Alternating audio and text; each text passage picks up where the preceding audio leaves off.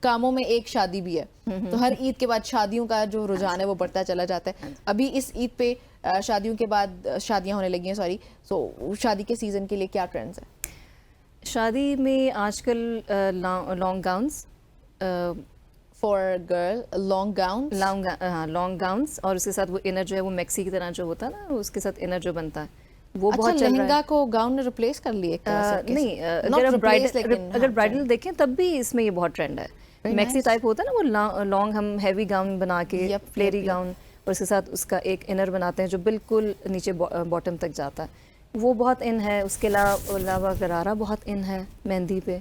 اگر آپ دیکھیں لہنگا تو آلویز ان ہی رہتا ہے, مجھے لگتا ہے وہ کبھی بدل نہیں سکتا. اور لال رنگ بھی ہمارا بہت ٹرینڈ ہے, مگر کبھی بدل نہیں سکتا, مگر پھر بھی بہت چینج آیا. لوگوں نے آف وائٹ کلر بھی پہننا شروع کیا ہے فور نکاح وغیرہ. نکاح کے لیے آف وائٹ کے اس میں شیڈز میں جا رہے ہیں. ہمارے اسلام میں بھی وائٹ کلر ہے, وہ تو ہے, وہ تو ہے, وہ تو ہے. تو آف وائٹ شیڈز میں جا رہے ہیں لوگ نکاح کے پوائنٹ آف ویو سے, اگر آپ دیکھیں, اور لائٹ شیڈز, مطلب ہر طرح کا کلر چل رہا ہے. صحیح. اچھا, جو ہم بات کر رہے تھے ایکسپورٹس کے حوالے سے بھی, انٹرنیشنلی پاکستان کے جو ڈیزائنرز ہیں, اگر چلیں ٹھیک ہے وہ گورنمنٹ ٹیکس بڑھا رہی ہے نہیں کری, وہ گورنمنٹ کی ایک الگ بات ہے, لیکن ڈیزائنرز خود انٹرنیشنلی کیسے ریکگنیشن حاصل کر سکتے ہیں یا بہتری لے کے آ سکتے ہیں ہماری اس انڈسٹری میں؟ دیکھیں, میں نے جو سٹارٹ لیا تھا نا وہ میں نے لنڈن سے لیا تھا. اوکے. ہاں, اور پھر میں نے اپنی انڈسٹری جو ہے وہ ہم نے پاکستان میں بنائی تھی. تو میرا یہ خیال ہے کہ جب آپ کسی انٹرنیشنل لیول پہ اگر خواتین کو موقع ملتا ہے تو پاکستان کا کام, میں کہتی ہوں کہ شاید کسی بھی کنٹری, ہم انڈیا کو لیتے ہیں, بنگلہ دیش کو لیتے ہیں, آپ ان کے کام کو کمپیئر کریں اور پاکستان کے کام کو کمپیئر کریں, تو میرا خیال ہے دیر از اے لاٹ آف ڈفرینس کہ ہماری کوالٹی آف ورک بہت اچھا ہے. اٹس اونلی یہ کہ ہمیں پروموٹ کرنے کے لیے آئی ٹی کے جو چینلز ہیں اس میں ہمیں مارکیٹنگ کیسے کرنی ہے, برانڈنگ کیسے کرنی ہے, سوشل میڈیا پہ کیسے لے کے آنا ہے. اٹس ناٹ کہ آپ باہر بیٹھ کے اس چیز کو پروموٹ کریں, آپ پاکستان میں بیٹھ کے بھی بہت اچھا پروموٹ کر سکتے ہیں. ہم پہلے تو اتنے سوشل میڈیا کے چینلز نہیں ہوتے تھے جس پہ ہم پروموٹ کر سکتے, بٹ ناؤ اب میرا خیال ہے کہ آپ بہت کم سرمایہ کے ساتھ بھی اپنے سوشل میڈیا پہ پروموٹ کر سکتے ہیں. اٹس دیٹ کہ آپ کو ٹیکنالوجی کا نالج ہو, ٹیکنالوجی کا, ہاں, اپڈیٹ کرنا ہے, ماڈرن ہو جانا ہے, ماڈرنائز کر لینا ہے سسٹم کو, تب بہتری آ سکتی ہے. ایک کوئکلی آپ کا کامنٹ چاہیے مجھے اس بات پہ کہ لاکھوں کے لٹرلی لہنگے ہوتے ہیں, بہت زیادہ مہنگے ہوتے ہیں. میں نے خود کئی لہنگے دیکھے 20 لاکھ 25 30, اس سے بھی بہت زیادہ ہوتے ہیں, اور اسی کے ریپلیکاز آپ کو ہزاروں میں بھی مل جاتے ہیں. تو ایک انسان کیا ہی سوچ کے اتنے لاکھوں کی جو پیسے وہ انویسٹ کرے جب اس کو ایگزیکٹلی سیم ریپلیکا بھی مل جاتا ہے. ہاں, اٹس جسٹ ون ڈے. لیکن ڈیزائنر کا نا ایک, اگر آپ ڈیزائنر پوائنٹ آف ویو سے بات کریں نا, جو جن کے لہنگے ایکسپینسو ہیں, تو اس کا ایک پیچھے پورا پروسیس ہوتا ہے. وہ اٹس ناٹ دیٹ کہ آپ نے جس طرح ریپلیکا آئی, انہوں نے ایک چیز کو کاپی پیسٹ کی اور مارکیٹ میں لے آئے. اچھا, وہ فیل نہیں ہو رہا ہوتا اتنا زیادہ فرق آپ کو؟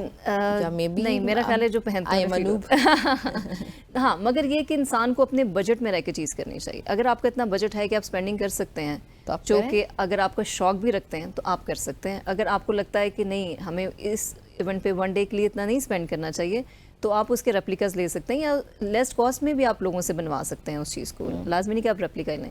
تو وہ ہینڈ ایمبرائڈری جو ہوتی ہے, بیسیکلی ہاتھ کا جو کام ہوتا ہے نا, وہ ایکسپینسو ہوتا ہے. تو یہ ہینڈ ایمبرائڈری کی وجہ سے اتنے زیادہ, جی ہاں, کیونکہ ہاتھ کا کام اٹس ناٹ دیٹ آپ کو جلدی ہو جائے گا, اٹ ٹیکس ٹائم, تو اس وجہ سے اس کی جو قیمت ہوتی ہے وہ ڈفرینٹ ہوتی ہے. Thank you so very much for joining اس ہنا, بہت شکریہ میں جوائن کرنے کے لیے.